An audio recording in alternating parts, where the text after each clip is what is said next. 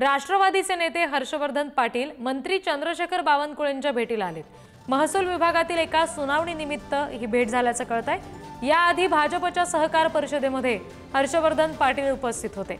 हर्षवर्धन पाटील यांच्या भाजप नेत्यांसोबतच्या भेटीगाठी सध्या वाढल्यात। पाटील यांची भाजपमध्ये घरवापसीची जोरदार चर्चा त्यामुळे होतीये। आणखी तपशील घेऊया प्रतिनिधी सुशांत सावंत यांच्याकडून।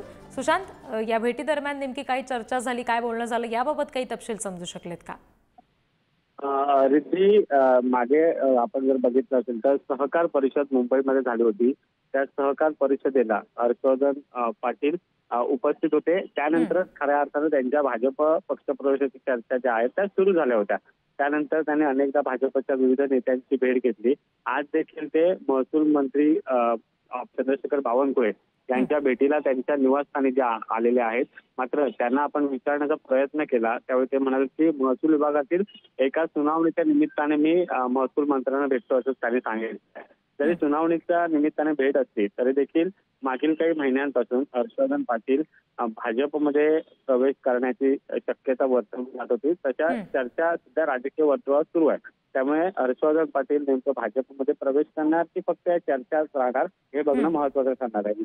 जी निश्चित, आता जसं तुम्ही म्हणालात सुशांत की चर्चा ज्या होत आहेत त्या घरवापसीच्या होत आहेत, तर या संदर्भात नेमकं काय घडू शकतं? ही घरवापसी शक्य आहे का? त्या दृष्टीने कुठला फायदा त्यांना आहे का?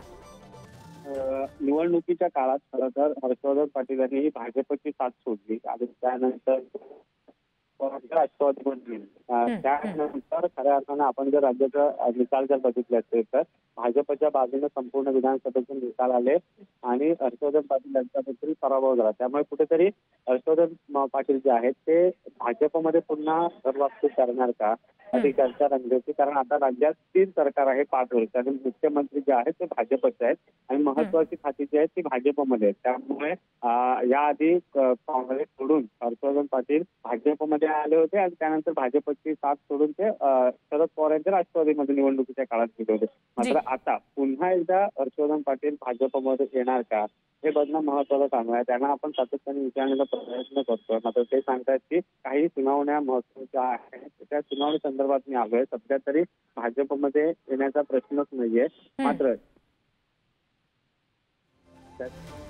जी निश्चित, आणि त्याच्यामुळे आता नेमकं काय घडतंय, या अशाच भेटीगाठी सुरू राहिल्या तर निश्चित त्यांच्या घरवापसीच्या चर्चा आणखी वाढतील, यात काही शंका नाही। धन्यवाद सुशांत दिलेल्या माहितीसाठी। राष्ट्रवादीचे नेते हर्षवर्धन पाटील मंत्री चंद्रशेखर बावनकुळेंच्या भेटीला आले आणि त्यामुळे आता पाटील यांच्या घरवापसी संदर्भात चर्चा होत आहेत सातत्यानं।